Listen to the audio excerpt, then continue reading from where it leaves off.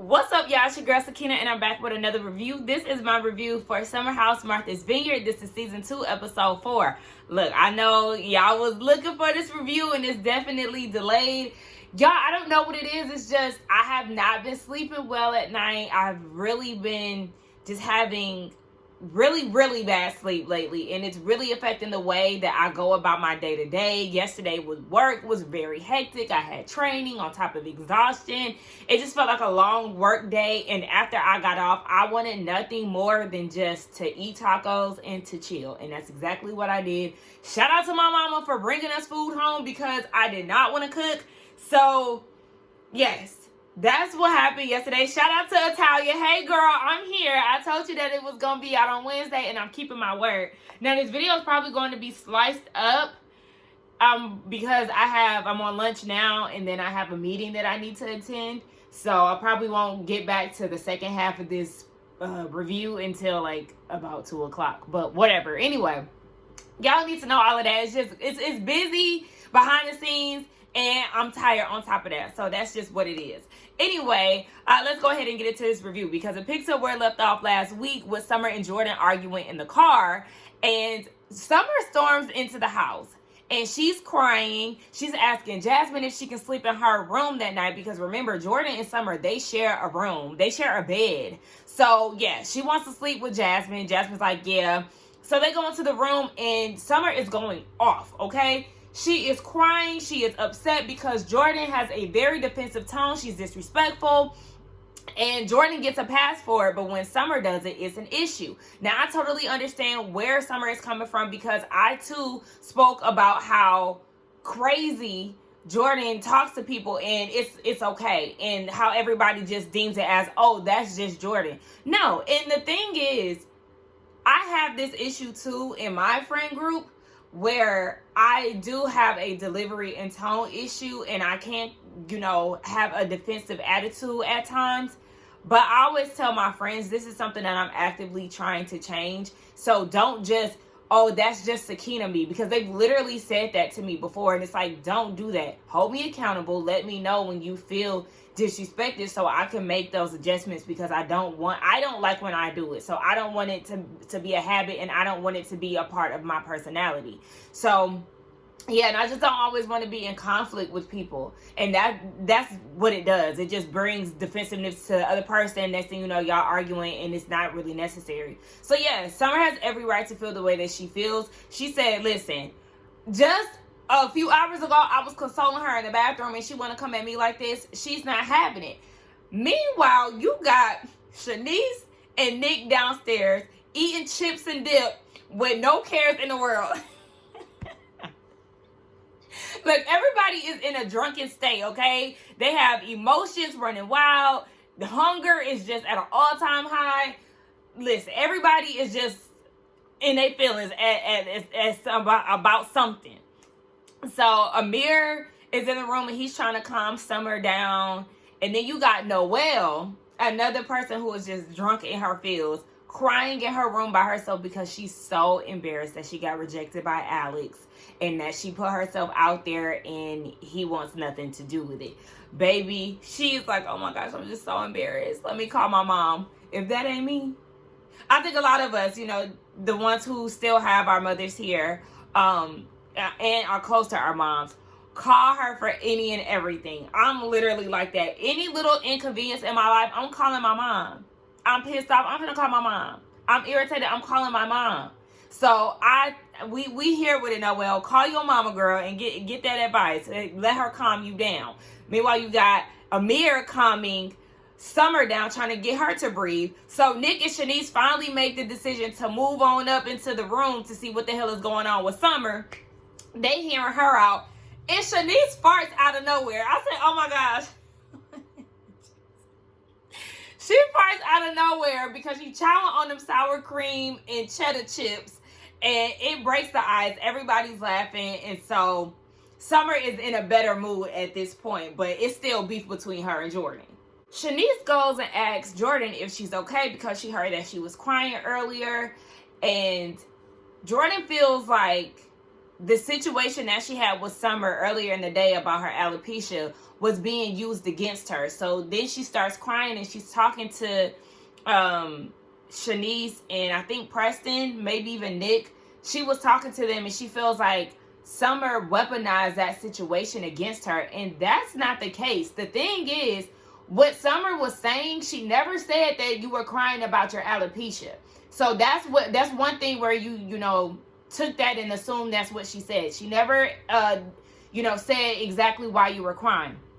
But what Summer is saying is, I've been a supportive friend for you. I was just even consoling you during a hard time, but yet you're giving me your ass to kiss. She just wants respect out of the friendship. It's plain and simple. So I understand that what Jordan is going through is a lot, and you know, your hair falling out and you not feeling like yourself, that's a lot to deal with. So some of her outbursts and things at the dinner, it may have been a projection, but I cannot give Jordan a pass simply because we've seen her behave like this all throughout last season. Now, I know this alopecia thing has been going on for a long time, but it just really seems like her attitude. Like, that's just her personality. And you don't get away with that. And when people call you out on your shit, you don't then get to become the victim. That's not how it works, sis. So, yes, you just need to be more aware of your nasty-ass attitude, and maybe your friends won't have to snap on you. Because it's okay for you to snap on them, but the moment they snap on you, then it's a problem. Nah, Buki, it don't work like that. But again, I do sympathize with the experience that she's going through with alopecia. I also gave her a side eye when she was like, how dare Summer tell somebody that I'm not on good terms with Jasmine her business. You would have really thought Jasmine was her fucking op. Like, girl, you really don't fuck with her like that, and it's not even that serious. I mean, I don't know. You just really would have thought that Jasmine did something so damaging to Jordan when it was just like, girl, yeah, a simple conversation could have... I don't know. I just don't like the way that she's treating Jasmine. It's so weird. But Jasmine, Summer, and Noel, they end up sharing a room together. Jordan goes to bed by herself, and Nick told her to just talk to Summer the next day. It's the next day, and Shanice, Alex, Jasmine, and Nick, they go off to church. And before so, Alex asked if Summer, Jasmine, and Noel wanted to go, because remember, they're all sleeping in the same room. So he knocked on the door. He asked if they wanted to go to church. They said no, or Summer was the only one who responded and was like, yeah, no. So they go off to church. Summer sits down with Preston, and they talk about what happened last night. Preston said that Jordan feels some type of way about her telling Jasmine about her alopecia situation, like you used that against her. And Summer cleared up and was like, no, I never disclosed what the issue was. I was just saying that she acts like I'm not on her side, and I am, but I never said it was due to her autoimmune disease. Summer says that she has been trying to take care of Jordan, and she feels like she's really starting to pick up on some of her emotions. And that really happens when you spend a lot of time with somebody and they kind of pile all their problems on you. You start to really feel those emotions too, and it becomes too much to bear. So I actually understand exactly where she's coming from, because I've experienced that too. Preston said that they just need to talk, and that's pretty much the consensus of every situation. Just talk it out. Meanwhile, you got Noel talking to Bria and was like, Alex came into the room and he asked Summer if she wanted to go to church. What about me? Sis, no. He asked the room, sis. It's not a personal thing. I know that you're still feeling some type of way about the night before, but don't you start turning into Summer, because I also feel like a bit of Summer's energy from the night before also stemmed from the frustration that she still has with Alex. Like, I feel like it's a 2-for-1. She mad at Jordan, she's still mad at Alex, and just the tension that's in the house. At this point, the house gonna be double tensioned because you got Noel and Summer feeling some type of way about Alex. And I know a lot of people in the comments were like, what the hell do they see in Alex? Listen, I told y'all, out of all the men in the house, I mean, ain't that many, but you know what I'm saying. With the options that's in the house, Alex is more my speed too, and he a vegan poppy, okay? And I'm a vegan mommy, so what's up? But no, I'm more on the spiritual side and, you know, veganism and things like that, really holistic way of living. So he is definitely my speed. And if I were in the summer house, he would have my attention as well. But I also don't put it past, you know, the Hotep type of dudes. Even though I don't consider him Hotep, but, you know, he is definitely adjacent. So Noel and Summer, they're actually at the pool together, and Summer wanted to know how things went with Alex, and Noel's like, look, it ended at the bar, okay? Like, it just is what it is. He rejected her. She feels embarrassed, and then she starts crying because she said that it makes her think about her dad and how he abandoned her. Her parents divorced when she was 8 months old, and her dad was never really present like that in her life. She said she's written letters and everything, and you know, she just come to terms that he would never love her the way that she deserves. And she said she spent her teen years, you know, trying to search for love. And so that just kind of took her back to a time and place. And that I can understand. Because it's embarrassing. You put yourself out there with a guy. I just kind of feel like, sis, you need therapy. And I say that not to be funny. I say that seriously because there had been nothing that had transpired between her and Alex. Just mild, flirtatious conversations. And I say mild because that's exactly what it was. I guess there was a bit of flirting there, but not enough to make it to the point where she's now become territorial, feeling some type of way about him, speaking to other women in the bar, claiming him as hers, and, you know, even sitting down and talking to him the way that she did at the bar.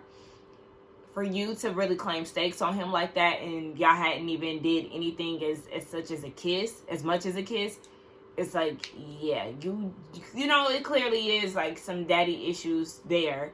And so I feel like she needs to get that sorted out, because having that, you know, father figure absent in your life and wanting that attention and love, you know, you'll start trying to fill that void. And girl, just go sit on somebody's couch, love. But I definitely do feel exactly where you're coming from. Not saying that I have those type of daddy issues, but you know. Oh gosh, who let Bria in the kitchen? Y'all already know she is not allowed to be anywhere near seasonings, nor sides or entrees, period. But she's preparing food for Soul Food Sunday. She's nervous because Mariah is supposed to show up. She's still feeling some type of way about Jasmine booking the ticket. And you know what? A lot of y'all got in my comments last week, and I'm actually on y'all's side when it comes down to this whole situation. Y'all made me remember again the entirety of the whole showdown, not even showdown, but rundown of Mariah and Bria. Bria was definitely out of order. Y'all know, anybody who watched my reviews from last season know that I could not stand Bria at all. And I was pissed as a dog lover that she would bring her dog unannounced and not tell anybody, and then act all nonchalant like, oh, yeah, his dog hair is around here and what? Like, girl, no. I will say, the whole thing between Mariah and Bria was a result of Amir. He should have definitely spoke up at the time of them arguing, and all of this would have never happened. But the fact still remains that Milo was brought there without any type of heads up, any inquiry, anything of the sort. And that is the way that Bria gets down, because she did the same thing with her boyfriend asking if he can come, and it's like, girl, no, your boyfriend cannot come. But whatever. I'm just in agreement with y'all in the sense of Bria, that is more so of a you problem, whereas Phil affected the entire group. So I'm definitely on y'all side with that. Now, Noelle gets on the phone with her mom, and she was like, remember I was telling you about this guy that I Slick had some feelings for? I said, you definitely from Atlanta, because that's something we say. Slick is like kind of, you know, whatever. That Slick had some type of feelings for. Well, you know, she's embarrassed because she showed her hand and he pretty much rejected her. And she was like, I'm not even like that. I'm not this crazy bitch. Like, that's just not me. And her mom was like, stop all that damn crying. Not damn, but, you know, she was like, stop all that crying. Don't let somebody dictate, you know, who you are. You already know how you are. So it is what it is. Like, you're human. And mama gave her some sound advice. But like I said, that definitely gives me and my mom's type of conversations. My mom is very honest about, you know, how I move with things. But my mom is also kind of, I won't say numb, because depending on what I'm crying about, she will definitely, you know, nurture me and things of that sort. But my mom is so used to me crying, and she also knows when I am crying, I don't really like to be hugged on. Like, just give me my moment, I'm gonna cry it out and I'm gonna be all right. But depending on what it is, I might need a hug, so I'm gonna accept it. But yeah, that's exactly how me and my mom are. But she don't necessarily be like, stop all that crying, because she has a Pisces child, okay? It just is what it is. I'm full of water. But anyway, hopefully this just allows my girl to get back into the game. I know it's going to be a little awkward, but you got this, sis. Oh my gosh.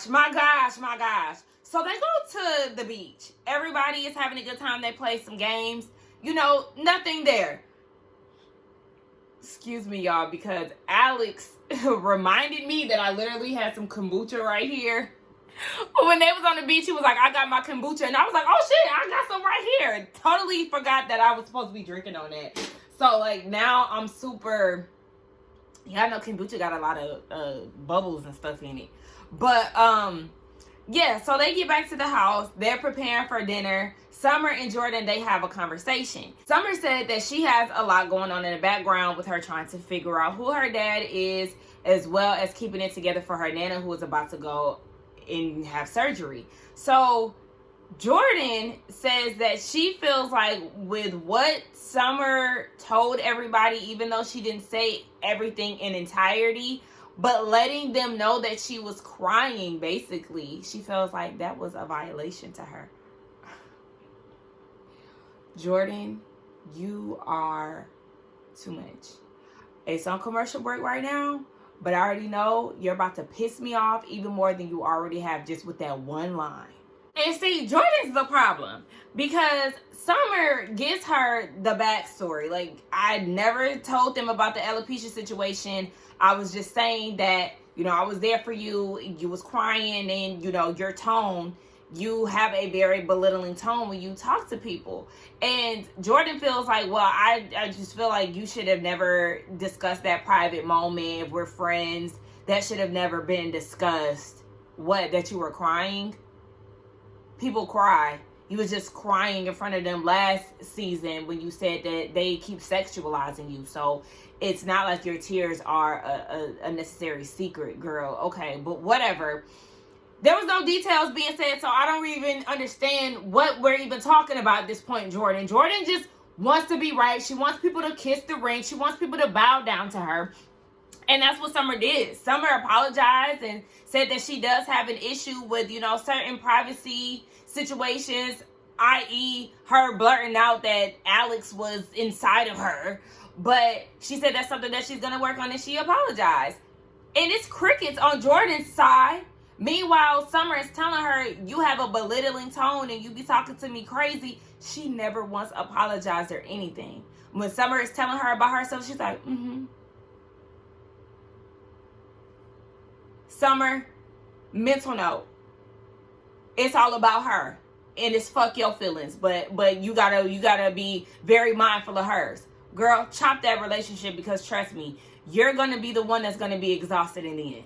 So they're good for now, according to Jordan, until you fuck her over again. But she's keeping you at arm's reach. Just know that, Summer. But this is the person that you want to align yourself with. So have at it. You got Bria on the phone with Simon. She mad because he can't find a flight coming out. She talking about she just missing dick, and she wish there was some type of virtual reality for long distance sex. Girl, it's called video chat. Trust me. I know. But yeah. It's the next day. Jasmine is on the phone with Silas. And at first I was like, ugh. But this conversation wasn't that bad.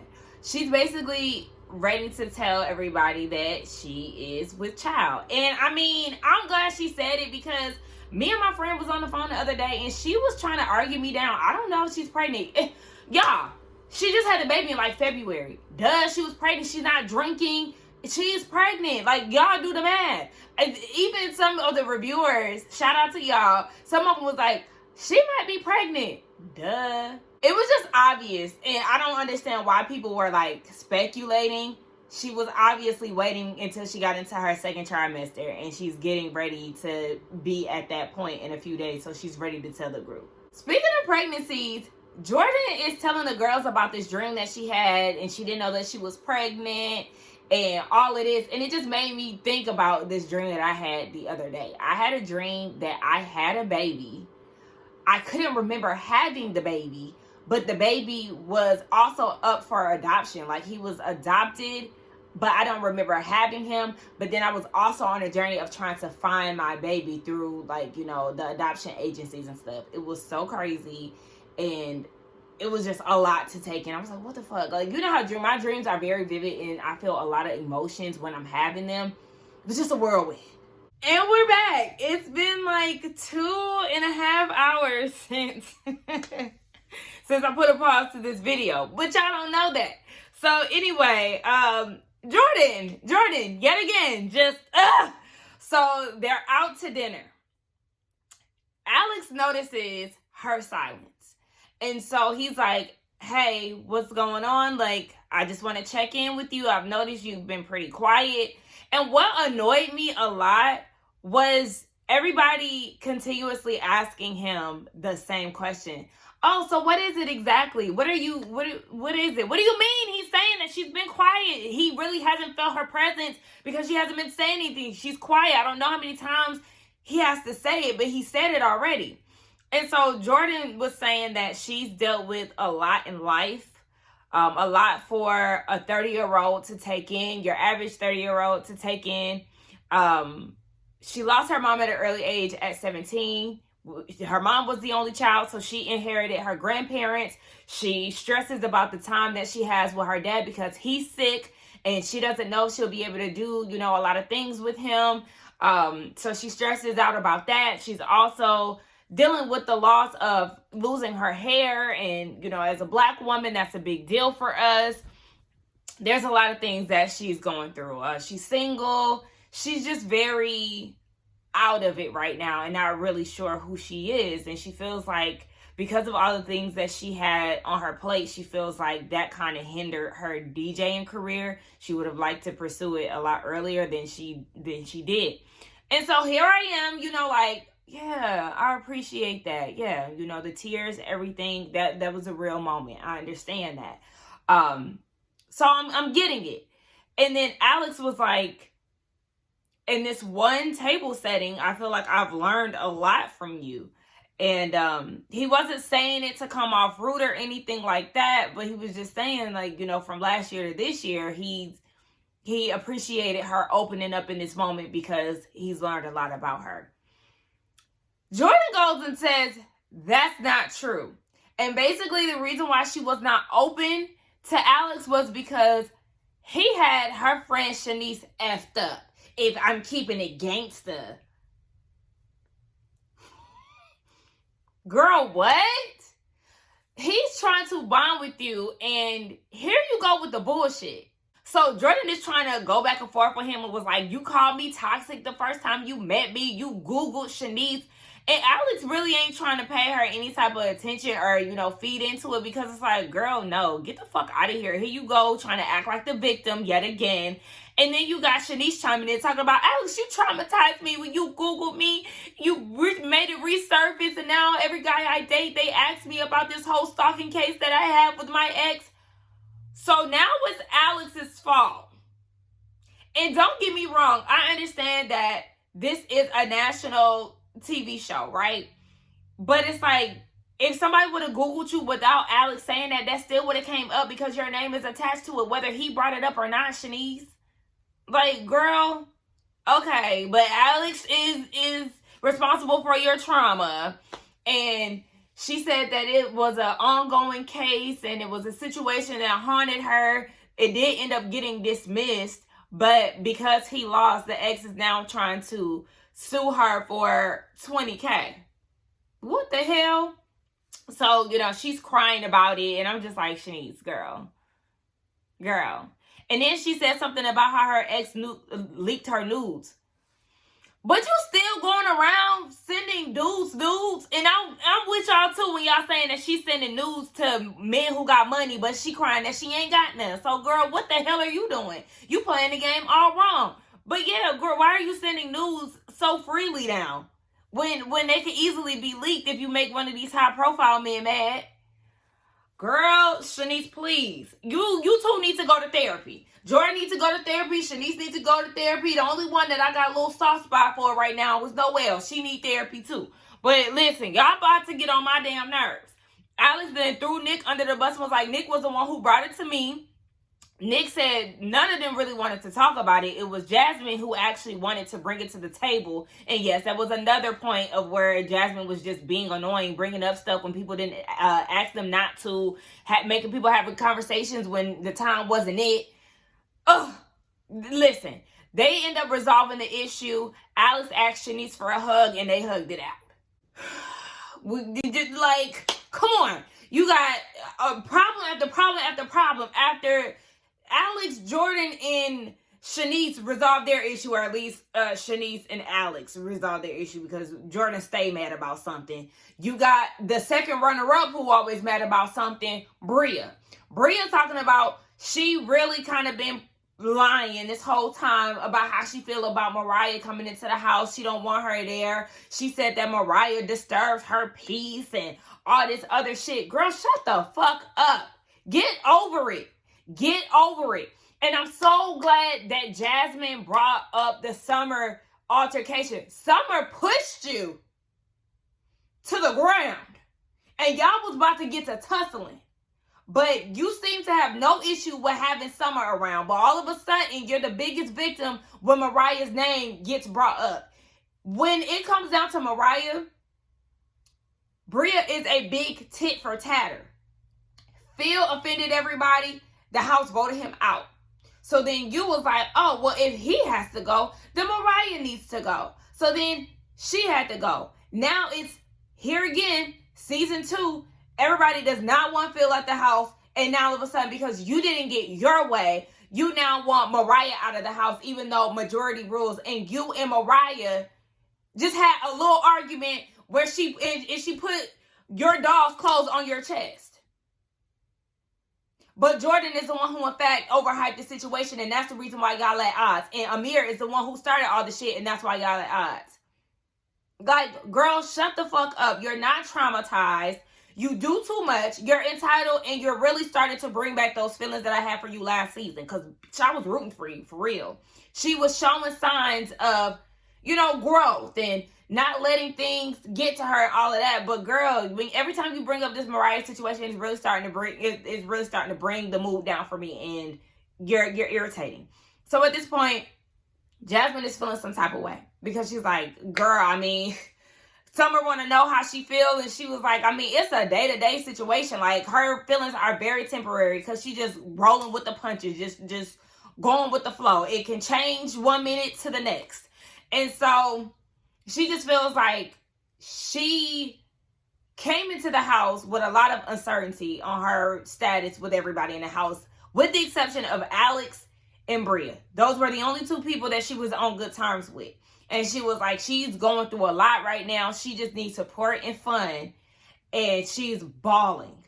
And they left us on it to be continued. I feel very sad for Jasmine, especially when she said there has been a lot of isolation, because they have been icing her out. And I understand that Jasmine was very annoying last season. I will say it again and again. I understand that. But if that is truly your friend, you would not do that.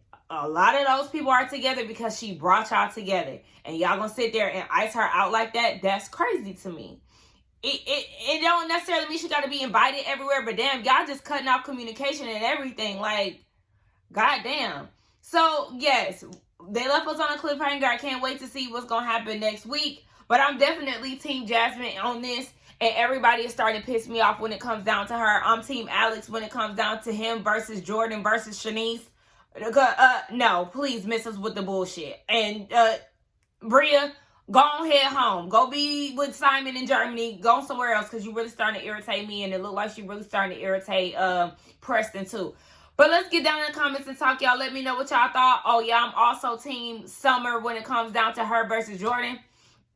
Everybody was fighting this episode. What the hell is going on? But yeah, let's get down in the comments. Let's talk about it. Don't forget to like, comment, and subscribe to my channel, and I will see y'all in the next one. Bye. Hey y'all, I'm editing, but like as I'm sitting here, I start thinking like, wait, I forgot to mention Jasmine's mama and her 2 cases and her being a felon. Girl, what? What did your mama catch 2 cases for? And what the hell made you say that? I mean, I know what made her say it, but it was just like, oh, whoa, okay. What happened? Tell us what happened. Because mama is apparently about that life. And you know what they say about apples and how they don't fall too far from the tree?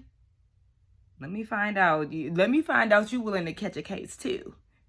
Well, Silas ain't gonna let you do that. But also, you need to be reminded Silas too so he can know that you not the one or the 2. Because your mama caught 2 and you will too. Bye, y'all.